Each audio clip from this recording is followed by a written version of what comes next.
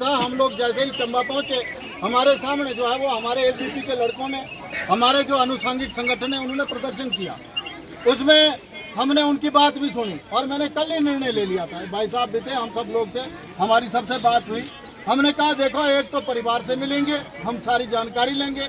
अब परिवार ने जो कहा, मैं बड़ा हैरान हो गया कि बाकी दुनिया जो है वो 6 महीने के बाद अधवारी से वापस आ जाती है, वो 12 महीने देते रहना। कौन दिया बंदा ऐसे कि भाई 5-5, 6-6 फुट दी बर्फ अंदर भी सोच देते रहना। फिर जो डीएसपी साहब वहाँ पर उन्होंने बताया है, हम समझने वाली बात ये है, ये कह रहे हैं वहाँ पर लोगों को अब गल सुन लेनी है, बीच अंदर नहीं बोलना चाहिए, बंदा बिसरी जाना। देखो ऐसा है, उन्होंने कहा है कि हमें पता है कि गलतियों के साथ भी उसने जो है वो लगातार इतने सालों में, मतलब वो हकीक अहमद के साथ कल्पना करी है, कितना एम्पायर खड़ा कर दिया। 3 बीघे की जमीन है और कब्जा उसका 100 बीघे पर है। ऐसा बताया ना, अब मेरे को तो नहीं है पता, पर घर गए हम तब पता लगा। मेरा सिर्फ इतना ही कहना है, देखो हम डीसी के साथ भी अभी बात करेंगे। एसपी को आप कॉल करो कि आपको आना पड़ेगा। देखो उसमें ऐसा है, चाहे 9 बंदे हैं, चाहे 10 है, चाहे तनेरा डंगर अंदर रहता, चाहे पैरू अंदर रहता, हमने कोई ठेका नहीं लिया है, कोई ठेका नहीं लिया है। और उसमें जो है, सुन लिया बहन जी, सुन लिया गल ऐसा, जितना तुसा जो गुस्सा उतना सा जो भी उतना ही दिल्ली का फोन आया ब्यागम असी आए। मैं देखो सुबह 5 बजे चला हूँ नूरपुर से, सुबह 5 बजे। आप लोग सोए थे, मैंने ठाकुर साहब से बात की, भाई अमित से बात हुई, इन सब से बात हुई। हमने कहा भाई साहब वहाँ जाना पड़ेगा। और ऐसा हुआ है, अगर पुलिस जो है वो अपना काम सही ढंग से नहीं कर रही है, हालांकि मैंने ये भी कहा था, मैंने कहा जिस तरीके से वो बॉडी ढूंढी गई, मान लो अगर वो बॉडी नहीं मिलती, अरे जी 18 साल पहले एक बंदा इंदा गायब हुआ, नहीं मिला, अभी तक नहीं मिला, ठीक है ना जी। पर 18 साल पहले के मुर्दे 18 साल पहले फुकीजिए, ये समझी जाओ। पर जड़ी मौजूदा स्थिति है, इसमें हमको एक्शन लेना ही पड़ेगा। और इसमें मैंने मुख्यमंत्री जी को कल 2 बार ट्राई किया टेलीफोनिकली, मैं नंबर दिखाता हूँ आपको। और फिर आज की अपॉइंटमेंट भी ले ली थी मैंने शाम की, मैं तभी थोड़ा जल्दी में कि भाई अगर आपको एक्शन, चंबा पूरे जिले की बात हो रही है, जैसे भाई साहब कह रहे थे चुरा में भी हुआ, मैं मक्खन चुचूल में गया, गौ हत्या हुई वहाँ 3 बार, और वहाँ तो दंगे भी भड़काए गए। यहाँ की स्थिति कुछ और है, वहाँ तो और ज्यादा खराब है। पर अब लोग जो है वो हर चीज राजनीति के हिसाब से देखते हैं, लीडरों पे ले आते हैं।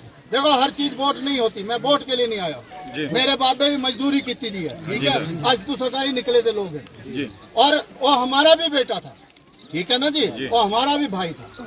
और एक चीज इधर ही बोला कर दें कि इससे जो है वो जो हत्यारे लोग हैं उनके हौसले बुलंद हो रहे हैं। मान लो अगर हम किसी के दबाव में आकर के, पुलिस को भी मैं कह रहा हूँ कि अगर किसी के दबाव में अगर आपको कोई टेलीफोन कर रहा है या कोई प्रेशर कर रहा है, वैसे तो आपको आना नहीं चाहिए। अगर ऐसी कोई बात हो रही है तो अभी तो ये 150, 200, 1000 इतने लोग हैं, फिर उसके बाद पूरा चंबा जो है वो यहाँ आएगा। मैं बता रहा हूँ आप, ठीक है ना जी, हम भी नहीं जाएंगे, मैं भी यही बैठा रहूँ, उनको ना जी। उसमें ऐसा है, देखो हम हैं आपके साथ, पर इसका है एक तरीका, कायदा है। आपने खुद भी कहा, मैं भी कह रहा हूँ कि भाई हमारा सीधा सा है कि उनको रिमांड पे लिया जाए, 9 के 9 बंदों को, जितने भी हैं उनके परिवार के, ठीक है जी। और दूसरा जो वेपन हथियार जो यूज हुए हैं, चाहे कटर यूज हुआ है, चाहे कुल्हाड़ी यूज हुई है, चाहे तसंदर टोका यूज हुआ है, चाहे धराटिया, चाहे जे भी है, ठीक है ना जी, 100 आसन जो तोपड़ा ही कोना, ठीक है ना जी। और उसमें उनको जब तक फांसी नहीं लगती, ये रखना, ये समझ जाओ। देखो ऐसा है, यहाँ हरिद्वार जो रास्ता सारे 10 थे, यहाँ ये भी समझ लेना। मैंने सबसे पहला आंदोलन किया था भाई साहब, तब में कुछ नहीं था। हमने जो है वो, अब क्या बताना क्या नहीं किया था, 12 धाराएं लगी थी, 11 साल केस भुगता था अपने लोगों के लिए, हाइड्रो पावर के खिलाफ लड़े थे हम।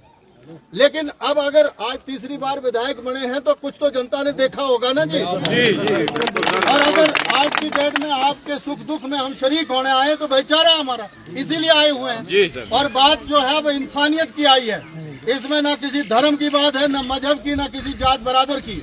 कई मुस्लिम संगठनों ने भी कहा है, जैसे हमारी बात भी हुई कि भाई आप जो है वो संज्ञान लो, जहाँ पर आप खड़े होंगे।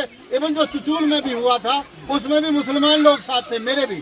उन्होंने कहा इनके घर नहीं टूटने चाहिए थे, ये दोषी था, इसका घर टूटा, हम साथ है, उसको काट दो, उसको जो करना, बहिष्कार करना, जो करना करो। लेकिन ये भी ड्रामा नहीं करना। अब हमने ये भी समझ जाओ बात। अब हमने एक ही चीज करनी है, जो समाज के लिए ठीक बंदा नहीं है उसको काय को रखना हमने यहाँ पर, ये समझो बात। और उसमें अब चाहे पुलिस या प्रशासन की जो भी मजबूरी है, हमें वो पूरे का पूरा परिवार चाहिए, इंटरोगेशन हो। और उसमें जिसने कुल्हाड़ी चलाई है, जिसने द्राट चलाया है, जिसने कटर चलाया है, जिसने छुपाया था, सब दोषी है।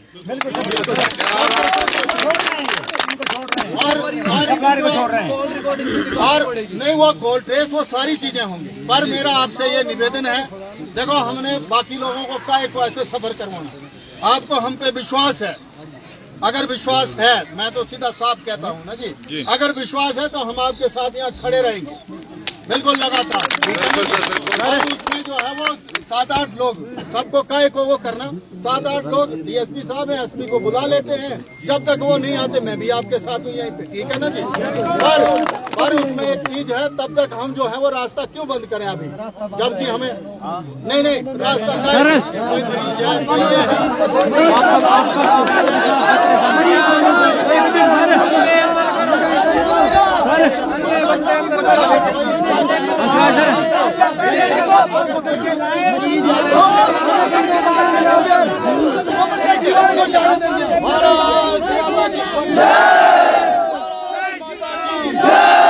मनोहर हम शर्मिंदा है, मनोहर हम शर्मिंदा है,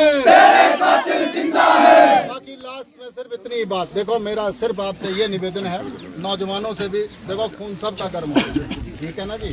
आज सहते भी आपके ऊपर हमें पूरा भरोसा है और हम आपके साथ हैं, नौजवानों के साथ हैं, माताओं के साथ हैं, बुजुर्गों के साथ हैं, इलाके के साथ हैं, ठीक है ना जी।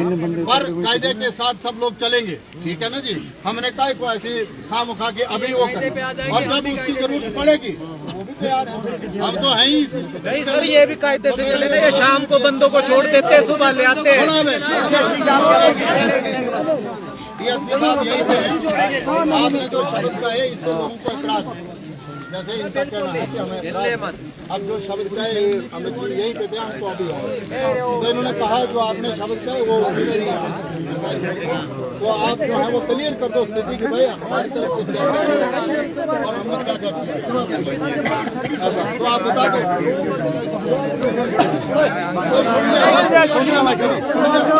भाई बात तो सुन लो सर, मैं एक बात बोलूँ, एक मिनट आप कोई नहीं बोलेगा। बल हमारी मांग यही है ना कि उसको फांसी होनी चाहिए। ऐसे बंदे को अधिकार नहीं है जीने का, वो इंसान है ही नहीं। अगर जंगल में कोई रिस्क मेरे इंसान को पड़ जाता है, जब वो भी ऐसी हालात नहीं करता है। कोई नोटिफिकेशन, कोई जांच करनी टुकड़े तो सामने पड़े हुए हैं। 4 दिन, आज कितने दिन, 8 दिन हो गए, कुछ आ ही नहीं रहा है कि उनके साथ हो गया। उसने कोई 100 ग्राम भंग थोड़े पकड़ी की जेल में लेके जा रहे हैं, है ना। जनता के हवाले कर दो। किए हुए हैं, आज तक हमारे इलाके में ऐसा नहीं हुआ है। हमारी मांग यही है सर कि उसको फांसी दी जाए। खाने की जगह खाना मिलेगा, पानी मिल जाएगा, वो तो आजाद है, आगे किसी के साथ नहीं होगा। क्योंकि यही प्रदर्शन हमने 2 महीना पहले भी किया था, ऊपर ड्यूर में हुआ था, ठीक है, कुछ नहीं हुआ। क्या हुआ?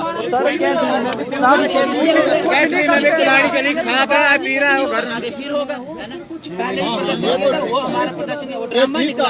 ये हमारा तीसरा मर्डर है मुंगली में, और 3 बार कोई सजा जो है वो फांसी सजा नहीं हुई है। वो मैं तो कोई गुनहगारी पकड़ा नहीं है यार, क्या बड़ा हुआ था, बड़ा हुआ। अगर ऐसी फांसी को मिल जाएगी ना, कोई भी ऐसा बंदा कभी भी नहीं सोचेगा कि मैं ये काम करूँ। ठीक है भाई, उम्मीद लेके जी सर। जो हमारे पास अभी ना 8 लोग हमारे हिरासत में है अभी, और इन्वेस्टिगेशन कंटिन्यू है। जैसे और चीजें आएंगी, थोड़ा जोर से बोलो, जोर से कैमरा के सामने थोड़ी साउंड पे बोलो ना, थोड़ा सुन लो यार, सुन लो। मामा नमस्ते।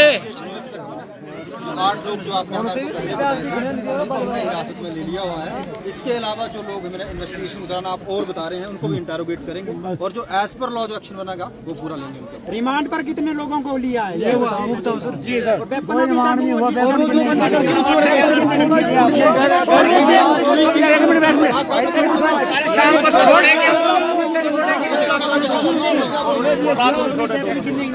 बकरी मंगाई थी सर खाने के लिए। एक वेपन रिकवर किया है। अभी सुनो, बाकी जो है जब हम उनको मौके पे लेके जाएंगे उनसे रिकवर करवाएंगे, सारे प्रोसीजर है। कब ले गए? 2 दिन क्यों नहीं गया? 2 दिन क्यों नहीं गया?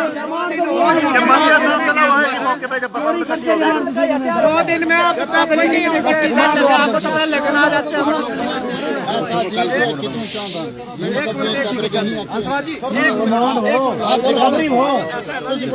यहाँ तो मैं जनता के बीच में जाके प्रोसेस करता हूँ। मेरा डीएसपी साहब से निवेदन है, हमारा कोई भी इंटेंशन ऐसी नहीं है कि इलाके में कोई अशांति फैले। उसके लिए 2 दिन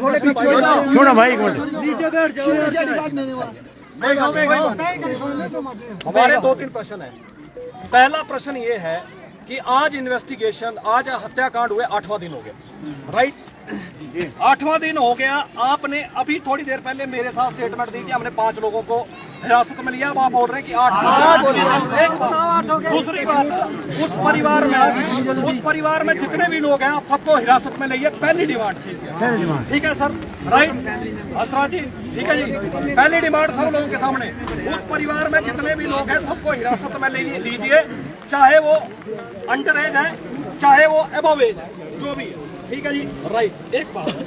दूसरी बात, उस व्यक्ति के खिलाफ जितनी भी प्रत्यक्ष और अप्रत्यक्ष रूप से एफआईआर यहाँ पे इस थाने में रजिस्टर्ड है, उस इलाके में संगनी चौकी के अंतर्गत कि किसी का माल चोरी हो गया, किसी की भेड़ चोरी हो गई, बकरी चोरी हो गई, कई लोग वहाँ पे गए, वो मुड़ के वापस नहीं आए, और उस व्यक्ति ने जो अतीक अहमद की तरह एक बड़ा साम्राज्य अपना अंपायर खड़ा किया है, उस व्यक्ति की सबसे पहले उस इंक्रोचमेंट को आप हटाने की सिफारिश करें।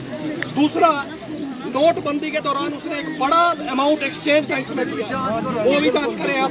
दूसरा, तीसरा, उसके घर की आप प्रॉपर निशानदेही करके उसको उसका प्रॉपर्टी सीज करके उसको मतलब उसको ध्वस्त करने का आप।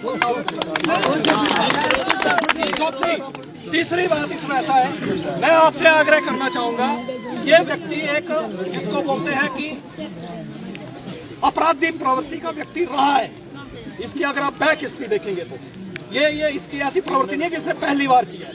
ये बहुत से कांड में, बहुत से हत्याकांडों में इन्वॉल्व है। ये मतलब ये है कि ये यूज टू है, ये इसको आदत है। आप एक काम करिए डीएसपी साहब, हम हाथ जोड़ के आपके आगे निवेदन करते हैं, आप बाकियों को, परिवार के सदस्यों को आप हिरासत में लीजिए। उस व्यक्ति के इन्वेस्टिगेशन के लिए आप एनआईए को सिफारिश करें, उसकी एनआईए से जांच हो, उसके जो भी फॉरेन के, उसके जो भी उसके पास पैसा आया है, जो भी उसके पास इतनी हिम्मत है सब करने की आई है। और ये जो टेररिस्ट कनेक्शन है, ये जो हत्याकांड जहां भी हुए हैं आपने देखा होगा, ये जहां भी हत्याकांड हुआ है, चाहे दिल्ली में हुआ, चाहे यूपी में हुआ, चाहे आउट ऑफ द कंट्री जहां भी हुआ है, ये जिहादी मानसिकता के लोगों ने इसको किया है।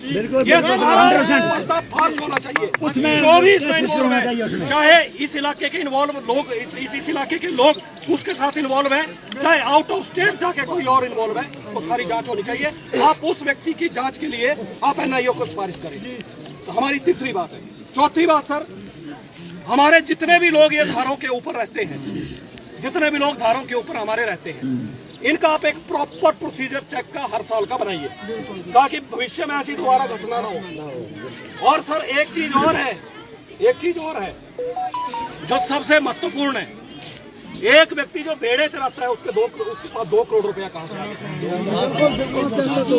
ठीक है सर, टैक्स पेड। और दूसरी बात वो व्यक्ति क्या मजबूरी है कि वो व्यक्ति 15 फुट बर्फ के बीच में जाके रह रहे हैं।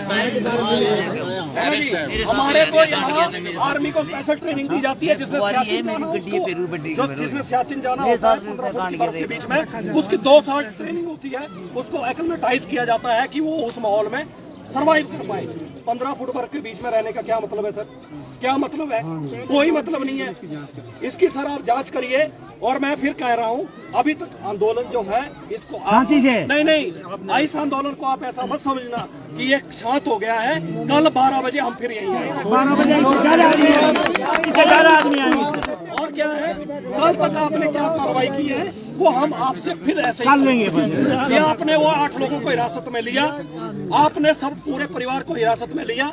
आप जिन लोगों को आपने पकड़ा है उनको आप स्पॉट पे लेके गए, वेपन को आपने पकड़ा, घर की तलाशी की, क्या किया है कल हम फिर आपसे यहीं पे इसी जगह सभी लोगों के बीच में हम आपसे पूछेंगे, क्योंकि एक बार नहीं बार बार ये चीजें हो रही हैं। इसलिए आपसे निवेदन है, आप इस काम को करिए, आप अपने एसपी से बात करिए।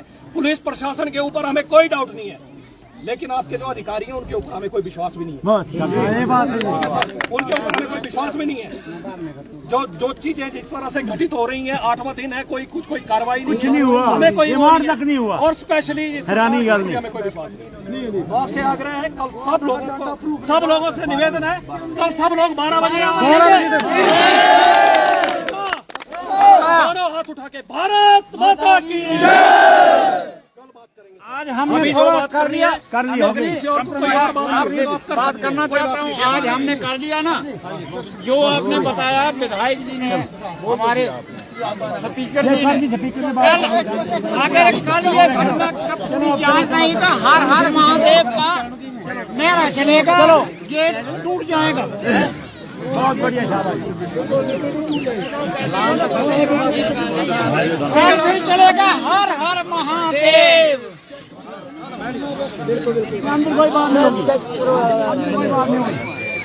एसपी से बात जनता के बीच में होगी भैया, अंदर टेबल के ऊपर कोई बात नहीं होगी। हर हर महादेव कोई बात नहीं होगा।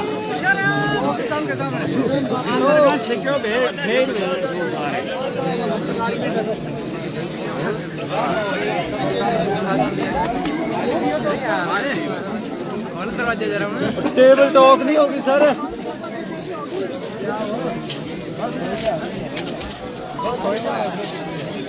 अंदर